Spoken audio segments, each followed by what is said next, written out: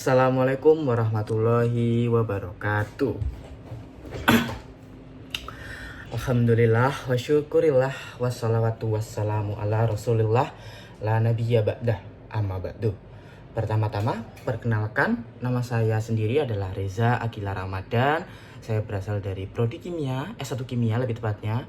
Saya dari kelas KA 2023. Untuk kelas PAI-nya sebentar, saya lupa. Tunggu. Untuk kelas PAI-nya sendiri saya dari grup PAI Kimia 079. NIM saya 23030234. Pertama-tama, marilah kita panjatkan puji dan syukur kepada Allah Subhanahu wa taala yang telah melimpahkan rahmat dan juga kasih sayangnya kepada kita semuanya.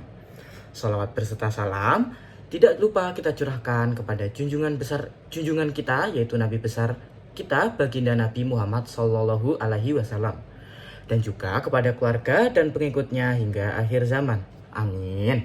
Amin. Dalam kesempatan kali ini, izinkan saya memberikan ceramah singkat yang berjudul Sabar dalam Menghadapi Cobaan. Akhir-akhir ini banyak sekali cobaan yang datang kepada kita tentunya. Namun, kalau kita tidak menghadapinya dengan sabar, itu tidak akan menghasilkan pahala untuk kita. Malahan, kita tidak akan mendapat syafaat dan rahmat dari Allah Subhanahu wa taala. Dengan sabar, kita akan mendapat yang pertama, pahala, yang kedua, syafaat dari Allah Subhanahu wa taala. Sebagaimana yang dikatakan Allah dalam firman-Nya dalam Al-Qur'an As-Sajdah ayat 24 yang berbunyi, "Wa ja'alna minhum amiyatai yahdu nabi amrina lamma sobaru wa kanu bi ayatina yuqinun." Yang artinya, kami menjadikan di antara mereka itu pemimpin-pemimpin yang memberi petunjuk dengan perintah kami selama mereka bersabar. Tuh, sabar. Mereka selalu meyakini ayat-ayat kami. Yang kedua, ada dari Quran surat Al-Baqarah ayat 153 yang berbunyi, "Ya ayyuhalladzina amanus ta'inu bisabri wassalah innallaha ma'as-sabirin." Hai orang-orang yang beriman, jadikanlah sabar dan salat sebagai penolongmu. Sesungguhnya Allah beserta orang-orang yang sabar. Tuh, dengerin guys. Allah bersama orang-orang yang sabar.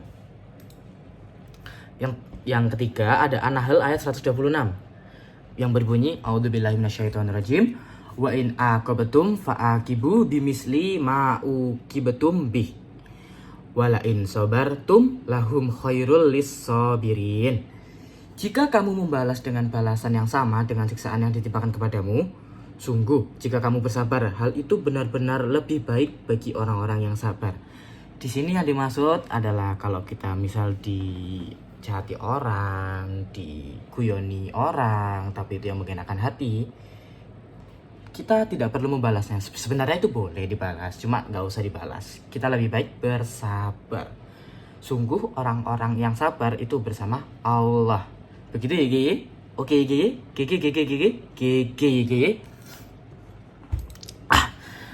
Selanjutnya, ketahuilah semua yang terjadi di dunia ini adalah ujian. Sekuat apapun cara kita menghindarinya, pasti tidak akan bisa. Jadi semaksa apapun kita menghindari ujian yang diberikan Allah, itu tidak akan bisa terjadi. Karena ujian itu pasti datang kepada kita untuk menguji diri kita agar kita bisa bersabar menghadapi ujian yang datang. Allah sendiri memberi ujian kepada kita. Tentunya Allah sudah tahu bahwa kita sendiri bisa menghadapinya. Kalau kita tidak bisa menghadapinya, Allah tidak akan memberikannya kepada kita.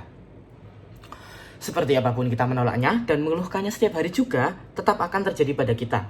Tetap akan terjadi. Tuh, di garis bawahi, tetap akan terjadi. Maka itu, supaya ujian itu berbuah pahala dan bisa mengangkat derajat kita sendiri, jalan satu-satunya adalah dengan bersabar. S-A-B-A-R. Sabar ya. Seperti dalam Al-Quran surat Al-Baqarah. Oh, sudah saya sampaikan tadi. Saya lupa. Mohon maaf.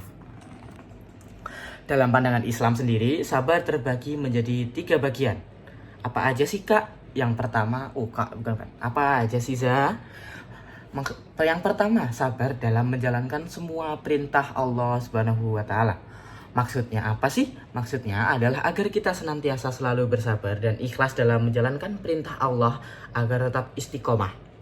Sebab Allah menjanjikan surga untuk hamba-hambanya yang telah bersabar dan istiqomah. Tuh, dengar.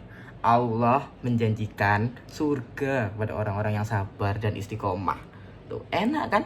Tinggal sabar dijanjiin Allah surga ya kan? Gege kalau gitu ya kan? Mantap kan? Oke kan? Yang kedua, sabar dalam menjauhi semua larangannya. Maksudnya adalah kita agar senantiasa selalu menahan diri untuk tidak berbuat sesuatu yang telah diharamkan oleh Allah. Kita hidup di dunia ini cuma berapa lama sih? Paling enggak 40 lah, 40 sampai 70 tahun, mentok-mentok 70. Syukur-syukur 70 itu udah alhamdulillah banget. Tapi semakin lama kita hidup di dunia ini semakin enggak enak. Karena yang pertama tubuh kita semakin rapuh dan yang kedua akan sulit untuk bergerak.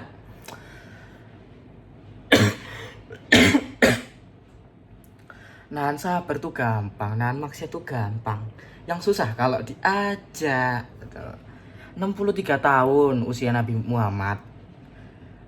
Kita anggap aja kita juga 63 tahun tuh. 63 tahun tuh di akhirat tuh kayak seiprit banget, sekecil itu ya Ji. Jadi nahan sabar untuk dapat surganya Allah itu adalah keutamaan yang pertama. Keutamaan yang paling utama, sorry. Yang ketiga atau yang terakhir, sabar terhadap segala ketentuan dan keputusan Allah. Sabar dalam hal ini termasuk dalam rukun iman yang keenam. Kita wajib bersabar dalam segala sesuatu yang telah menjadi ketetapan Allah, baik buruk maupun yang sudah baik-baik. Ketetapan Allah sudah ditulis dalam lauhul mahfuznya, ya Gi. Jadi kita tidak bisa mengelaknya, itu sudah takdir. Tapi cara kita merubahnya adalah dengan kita berikhtiar. Kita yakin kepada Allah bahwa kita bisa. Kita yakin kepada Allah bahwa dengan bantuan dan syafaatnya dan rahmatnya dan juga berkahnya tentunya, kita pasti bisa ya Ki. Kita pasti bisa menembus surganya yang paling enak itu, yaitu surga Firdaus. Masuk surga itu enak ya Ki. Sekian kultum singkat dari saya. Mohon maaf kalau ngomongnya agak belebet-belebet, agak gak bener karena ini kultum saya persiapkan dengan sebenarnya kurang matang, cuma ini materi yang bisa saya bawakan. Sekian dari saya. Wassalamualaikum warahmatullahi wabarakatuh. See you.